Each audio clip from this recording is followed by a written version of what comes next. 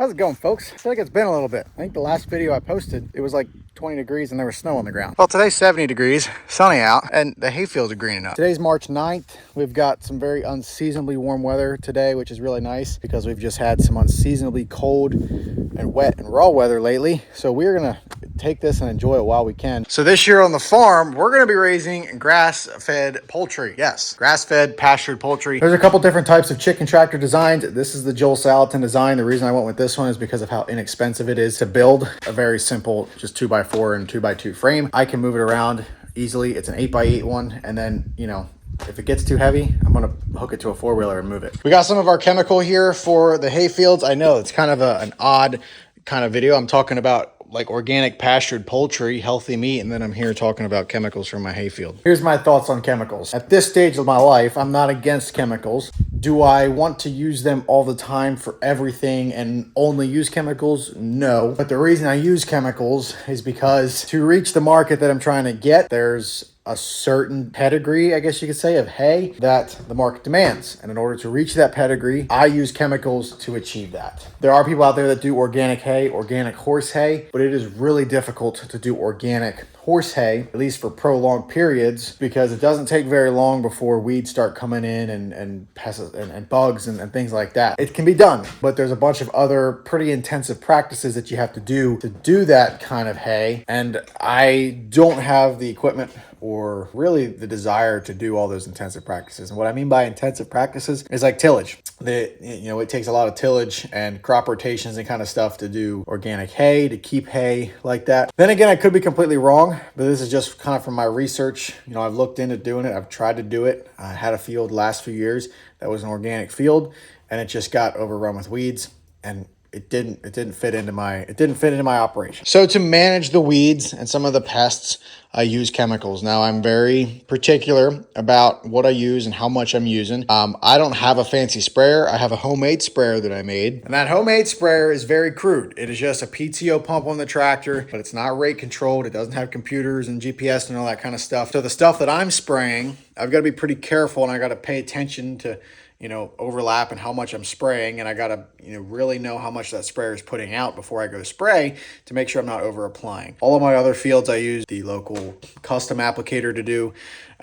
They have fancy rigs that are rate controlled. They can put the exact amount on, the precise amount without putting too much on, and it gets the job done. Getting some hay today because we're out, which is a good thing and a bad thing. This is some nice first cutting grass, nothing crazy, nothing fancy, but it's green and it smells good and been feeding good to horses. Been selling this stuff to one of my customers for probably a month now. It's simple. Show up to the farm here. Guy loads me up with the telehandler. Never have to touch a bale when I'm loading them up, and they're 60-pound bales. They're heavy. Now, when I deliver them, I do have to unload them, and that's it's work. But it's nice to just show up here and he loads me up.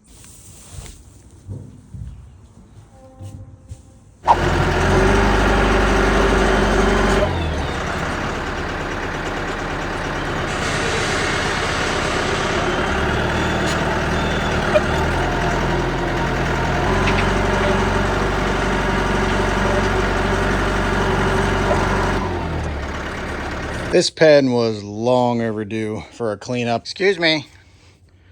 I'm kind of working here. I need my space. Hey, don't touch that. Don't eat that. I don't know what's going on. All your poop gone. You guys are like dealing with a bunch of toddlers. We're gonna load up a second load of hay for the day. This is there's two types of hay here. You can actually see them on camera. We got this kind of hay and we got that kind of hay. This stuff is second cutting meadow grass. This hay was never really treated for anything except foxtail, so it's kind of a smorgasbord of grasses. Some thick stuff, some fine stuff, but I took all of it, or most of it so far, to a horse lady, and they said they liked it, so that's good. There's only, I don't know, there's probably only like 40 or 50 bales of that stuff left. Typically, I take her a full load of like 80 or 90.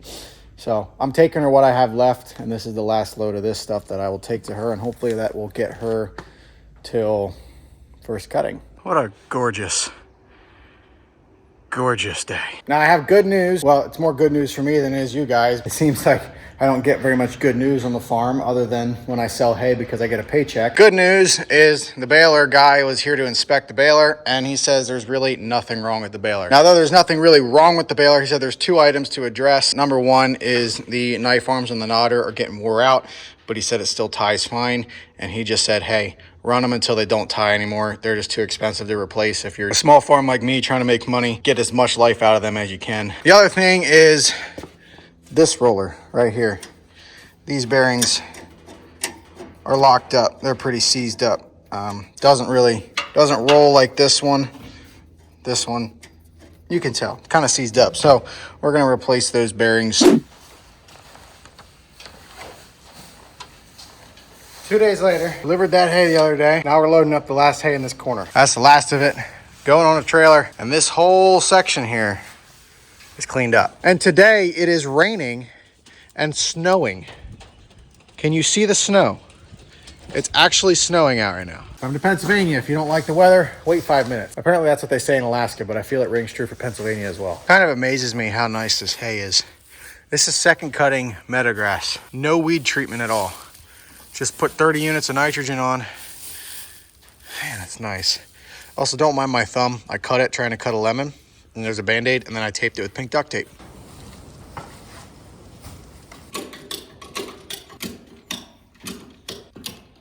So we're working on the baler here, getting it ready. Anyway, even though he inspected it and did everything, I'm just greasing a few things that he didn't get, and I'm checking the fluids here, the gearbox fluids, gearbox. And this thing was almost like empty. Like I looked down in there and there wasn't anything in there. I pulled the fill plug out, not the fill plug, the level plug right here. It's a 1/4 inch, not 1/4 inch, 5/16 little plug like that. So if you have a 316 baler or a New Holland baler like this, there's your level plug for your main gearbox. Anyway, pulled the fill plug off, looked in there, and there wasn't really much in there. It's hard to see on camera. But anyway, we got a new bottle here. Hopefully that gets that taken care of, and then we're gonna check the level plug on the other gearbox that's in there. So I put about half that bottle in, and we're starting to seep out of the level plug there. So that's when we take the plug and we just insert that back in there like so. And then we've got our 5/16 wrench here, and we're just gonna tighten it down a little bit. We don't need to torque it really that much. 5/8 wrench, same thing as the level plug. Doesn't need any crazy or any special thread tape. Just snug it down. That's really all you need to do. So we're gonna do the same thing here with this gearbox up here. Sorry, it's a little blurry, but there's your level plug, and we're just gonna back it out, and just like, yep, that's got plenty of fluid in it. I don't know if you saw it when I popped that out, but it's got fluid, so there's no need to put any more fluid in that one. Now I believe there is a seal up here, this seal up here, I believe it has gone bad, because I mean, you can kind of see that collar there.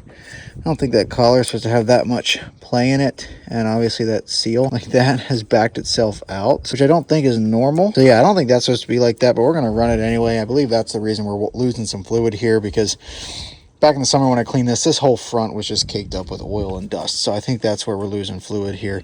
So we'll want to keep an eye on that throughout the season here.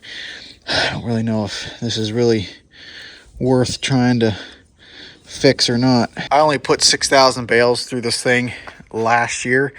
We might put more than that this year, but I don't think we're gonna be over 10,000 at all. There's some spots we might have someone else bale and bundle, and some stuff that we'll have big baled. So I just don't know if it's worth trying to go through all the hassle replacing some of these parts. So in addition to making hay this year and doing some custom hay in our steers, we're adding a couple other enterprises, I guess you could say, to our farm. I like to be diversified, so we're trying some things out this year. One of them being chickens, pastured poultry. This is the Salatin style chicken tractor that I built. There's another chicken tractor design, I forget what it's called. I did not go with that one just because I'm very familiar with this one. As you know, I watch a lot of Joel Salatin, and I have his book on everything on how to build this stuff. So I went with this style, and you know, it's a very crude design type thing. I built it out of 2x4s. Some of the chicken wire is, you know, kind of sloppy, but the whole idea, keep the foxes and coons out, keep the chickens in, and hopefully raise a healthy kind of bird. This thing cost me $300 to build, if that. I think it was actually about $100 in lumber, $25 for chicken wire. Tin was free off of an old building at our cabin. It was in our barn, so I just used that. And then what was the other thing? $25 in hinges, I think. I think that was about it. And then maybe a box of screws. I'll say about $300. You add that stuff up, it wasn't $300, but we'll say $300, maybe with some time and labor. That sort of thing. $300 to build that. Relatively cheap. There's some local guys that make them, the other kind of chicken tractors, and they cost like $3,000 for the nice metal ones. I ain't paying that kind of money. We're only raising 2 flocks this year. We're going to put 40 birds in here. I think you can do more than that. This is an 8x8 chicken tractor, but we're going to go with 40 just because it's our first time around. We're going to do 1 flock coming up here starting April 20th, and then we're going to do another flock starting in the middle of summer. We're ripping a fence line out today. This is the first farm I ever rented. It's got 3 fields, 1 down there, 1 here, and 1 here. First year I farmed it, came in that gate, I would farm it, go out the gate, come in that gate, farm it, go out the gate, and then farm that piece. I got sick of that. The last year I put a hole in the fence here. Not a hole, I just took some boards out so that I could come in that gate, the bigger gate, farm this one, then go through here, farm that one. Well, sick of doing that too, because every time I go through that opening, I still have to fold up the baler, the tedder, the mower sort of. Yeah, and that's time. It takes time to do that. And on top of that, farming 2 small fields here, there's a lot more turning around, and this field particularly has a lot of point rows. So, talked to the landowner, he's let me rip this fence out. Then we can farm all this as 1 field.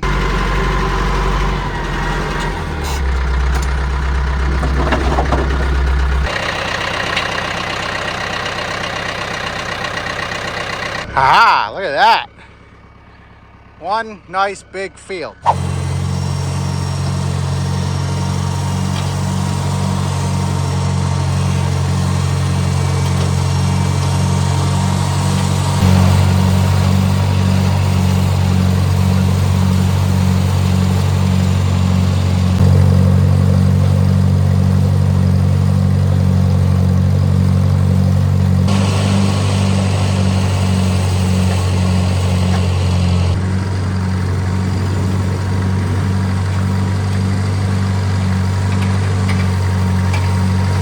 I don't know if you can tell, but I mangled that thing up pretty good. This chisel is a little undersized for the tractor, so it doesn't quite set right on here. Anyway, as you can see, it sways a lot back and forth, and I was making a pass there in the patch there, and I went to lift it up, and this guy got caught on the drawbar and mangled it up here, and then it twisted it. So yeah, anyway, they say to be successful in farming, you got to be diversified. So that's what we're trying. That is a pumpkin patch. Yeah, it's maybe a little early to be tilling a pumpkin patch. It's March 24th today, but the sun is shining. We finally got a break from the rain here the last few days, and it's kind of drying out. And then that was the mushroom compost pile, and we got dairy manure on the field. So I was like, you know, I'm just going to hook this chisel up and incorporate that manure a little bit, and we should grow some really nice pumpkins in there. We're also going to put some sweet corn in there. The reason we're doing that instead of hay is because that spot right there, I want to make a permanent manure dumping spot. If we get chicken litter or compost in the future, which I'd like to do every year, that's where I want to put it. The whole farm is in hay, so we don't really have any good place to dump manure year after year, so we just had to make a spot, and that's the best spot because trucks come down the lane. It's right here at the barn. They don't have to drive through the field a bunch. Right there. And the other thing is that spot right there gets a lot of traffic anyway because you know, we're backing in the field with trucks and the tractors, and because the pad's not quite big enough. So it's kind of a spot that, you know, it just fit to put a manure pile. And I don't want to put hay in there every single year and then dump manure on top of it because that just gets expensive. So I wanted to do something that could probably make me a little bit of money. And I didn't mind dumping manure on every year. So we're planting pumpkins. Gonna rent a rototiller and get a really fine seed bed here. And we might rototill this as well. I'll make that decision later. If it happens to grow up decent, we'll just keep making hay off of this section. It won't be a lot, but it'll be something. And then we're gonna use the rototiller on this, our garden down at the house, a food plot up there, and a food plot down there. Anyway, I hope you guys enjoyed this hodgepodge of a lot of different stuff going on over the last few weeks. Don't have a lot of videos coming out. It's kind of a lot of the same thing, or at least it was for a while, just selling hay a lot. But now that it is springtime, there's plenty to do. So try to have more videos coming out in the future. And of course, when hay season comes, it'll be full bore.